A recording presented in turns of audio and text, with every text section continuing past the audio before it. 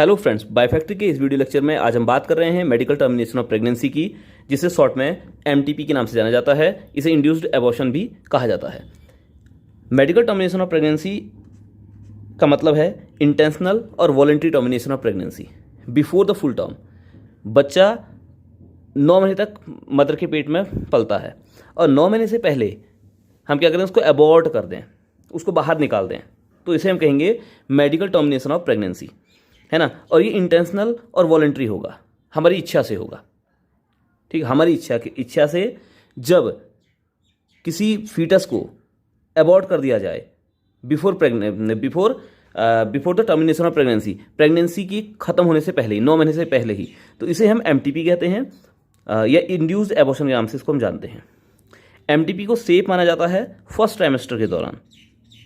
9 month है बेटा, तो 9 मंथ में 3 महीने के 3 ट्राइमेस्टर हैं, है ना। पहले 3 मंथ फर्स्ट ट्राइमेस्टर कहलाएगा, दूसरे 3 मंथ सेकंड ट्राइमेस्टर और तीसरे 3 मंथ थर्ड ट्राइमेस्टर।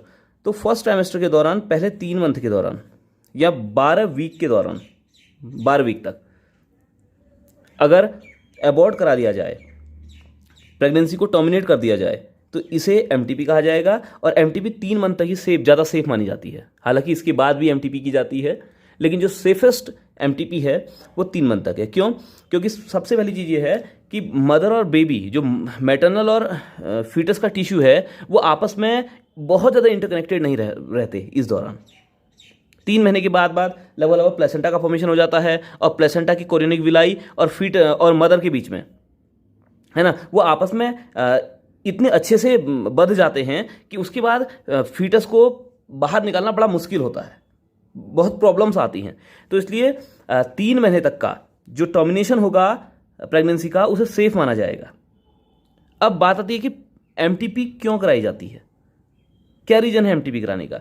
तो MTP is done to get rid of unwanted pregnancy. तो अनवांटेड प्रेगनेंसी से बचने के लिए एमटीपी कराई जाती है। अभी अनवांटेड प्रेगनेंसी के कारण क्या हो सकते हैं? तो फर्स्ट कारण है रेप। अगर किसी बच्ची का बेटा रेप हो जाता है ना, और उस रेप के दौरान प्रेग्नेंट हो जाती है, तो उसके भविष्य को आगे बचाने के लिए हमने एमटीपी करना जरूरी होगा। तो मेडिकल टर्मिनेशन ऑफ प्रेगनेंसी किया जाएगा, उसको अबॉर्ट कराया जाएगा। तो पहला रीजन है रेप। दूसरा है कैजुअल अनप्रोटेक्टेड इंटरकोर्स, है ना। भाई बच्चा अभी नहीं चाहिए, लेकिन हमने अनप्रोटेक्टेड इंटरकोर्स किया है, किसी तरह के प्रोटेक्शन का यूज नहीं किया है, तो उस समय भी एमटीपी कराई जा सकती है। तीसरा रीजन हो सकता है failure of contraceptive during coitus. Sexual intercourse के दौरान कॉन्ट्रासेप्टिव का हमने यूज किया, एक प्रॉपर कॉन्ट्रासेप्टिव का यूज किया, लेकिन कॉन्ट्रासेप्टिव फेल हो जाता है, कॉन्ट्रासेप्टिव काम नहीं करता, तो उस दौरान भी एमटीपी का ऑप्शन हो सकता है।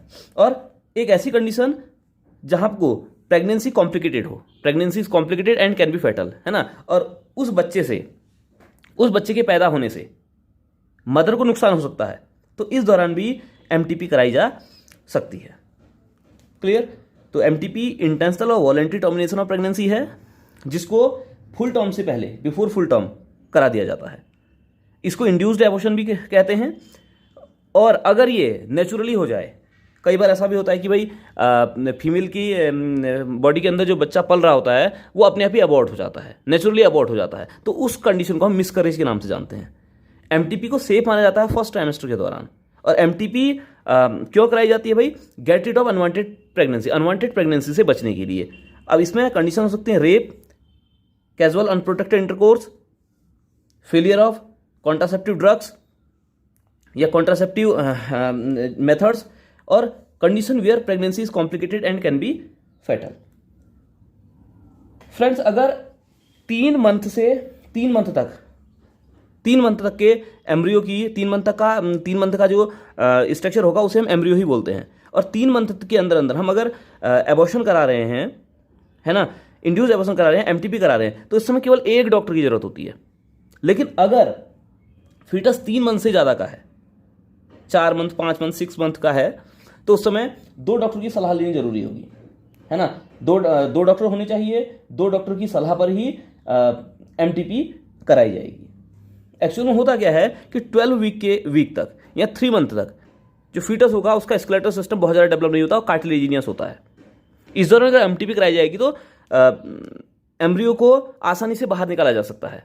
और दूसरा रीजन ये भी है कि 3 मंथ तक का प्लेसेंटा डेवलप नहीं अच्छे से डेवलप नहीं हुआ रहता, तो मैटरनल और फीटल टिश्यू के बीच में बहुत ज़्यादा इंटेंस कनेक्शन नहीं देखने को मिलता है, तो उस दौरान भी एम्ब्रियो को आसानी से बाहर निकाला जा सकता है। लेकिन अगर फीटस 3 मंथ से ज़्यादा का है तो प्लेसेंटा फॉर्म होगा, प्लेसेंटा और मैटरनल टिश्यू के बीच में एक अच्छा लिंक बन जाएगा, है ना, और यूटेराइन लाइनिंग भी काफ़ी ज़्यादा मोटी हो जाती है। तो इस दौरान बेबी को बाहर निकालना बड़ा टिपिकल हो जाता है और उसको टुकड़ों टुकड़ों में तोड़कर बाहर निकाला जाता है, और ये काफ़ी ज़्यादा पेनफुल प्रोसेस है। तो अगर 3 मंथ से ज़्यादा का एम्ब्रियो है तो उसे बाहर निकालने के लिए 2 डॉक्टरों की सलाह जरूरी लेनी पड़ती है।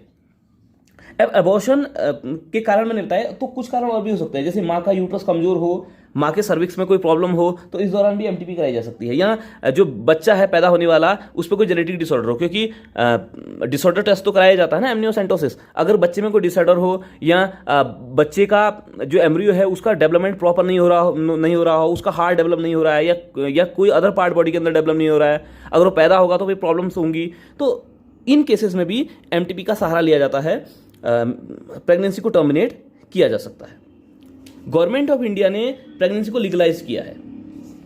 गवर्नमेंट ऑफ इंडिया ने प्रेगनेंसी को लीगलाइज करने के लिए एक्ट भी बनाया है, और 1971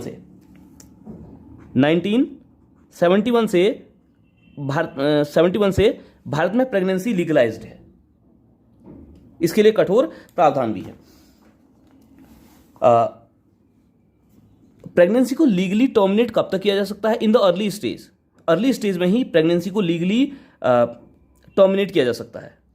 कब? जब डॉक्टर एडवाइस देगा that it's continuation would seriously affect the health of mother, कि अगर प्रेगनेंसी का कंटिन्यूएशन मदर की हेल्थ को सीरियसली अफेक्ट करेगा, तो इस दौरान अगर डॉक्टर इस तरह की एडवाइस देता है तो प्रेगनेंसी को लीगली टर्मिनेट किया जा सकता है।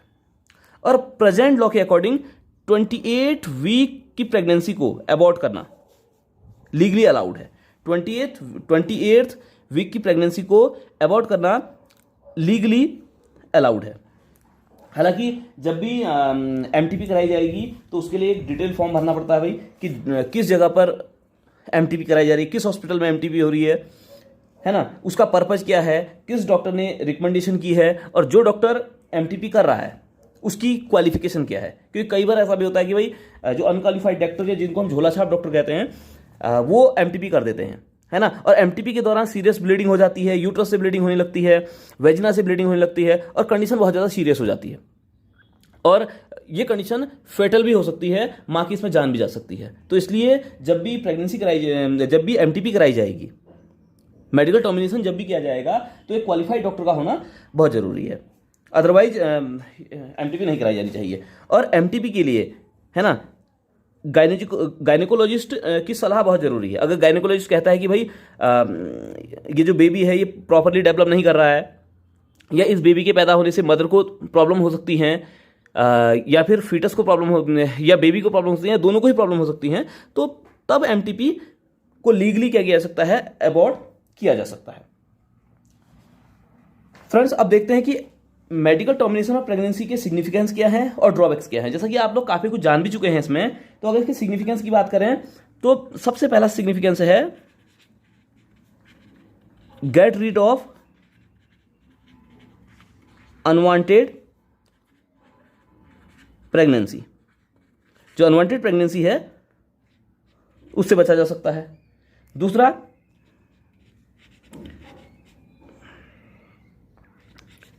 ये हेल्पफुल हो सकती है किस केस में? इन सच pregnancy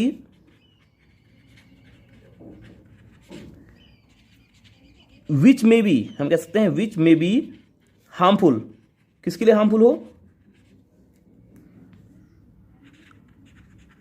either for mother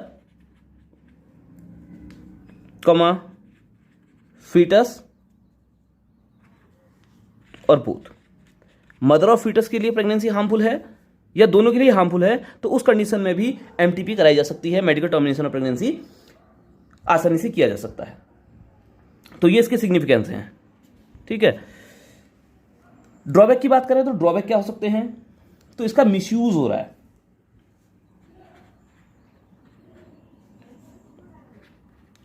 misused, किसमें misused, to abort normal female foetus.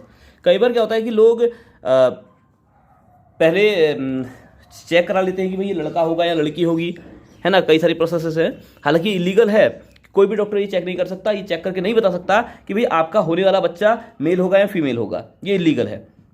लेकिन कई बार डॉक्टर पैसे के चक्कर में बता देते हैं कि लड़का है या लड़की है, तो तब लोग कहते हैं कि भाई हमने तो प्रोटेक्शन यूज किया था, प्रोटेक्शन फेल हो गया, या फिर हम नहीं चाहते थे, है ना। तो इन कंडीशन में वो एमटीपी करा लेते हैं, जो गलत है ना। लड़की भाई बेटा हो चाहे बेटी, दोनों एक ही जैसे हैं, तो दोनों में भेद नहीं करना चाहिए, लेकिन कई लोग करते हैं। तो इसलिए हम कह सकते हैं कि MTP is misused to abort normal female foetus. तो एमटीपी का मिसयूज हो रहा है किसमें, नॉर्मल फीमेल फीटस को अबॉर्ट कराने में। और दूसरा इसका ड्रॉबैक ये है कि जो एमटीपी कई बार क्या होती है, एमटीपी इज समटाइम, मैं पहले भी बता चुका हूं, परफॉर्म्ड